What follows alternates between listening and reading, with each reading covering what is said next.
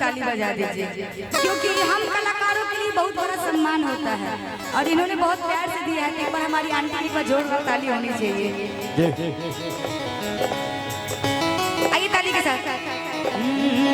अभी हमने जी देखा नहीं है, अभी हमने जी भर के देखा नहीं है।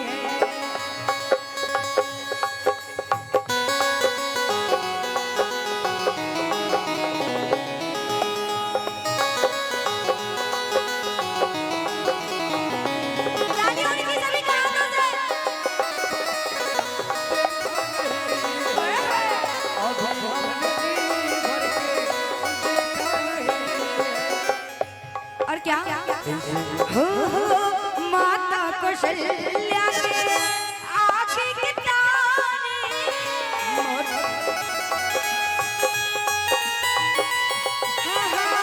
दशरथ जी के वो राजे दुलारे,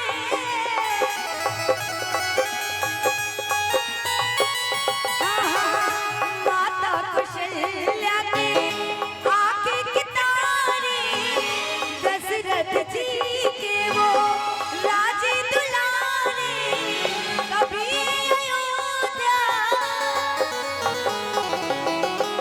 कभी अयोध्या।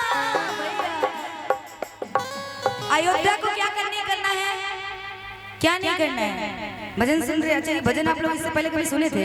और मालूम है अयोध्या के नाम तो इस लोग सभी लोग लिए होंगे 22 तारीख के। क्या लिखा मालूम है कि गली गली में ऐलान होना चाहिए, कि गली गली में ऐलान होना चाहिए और हर घर में श्री राम होना चाहिए। ये नारा 22 तारीख को लगा। अच्छा एक बार बोलिए, जय श्री राम। जय श्री राम। भाई तोरा कलियो माइक में बोले ला, बोलिए जय श्री राम।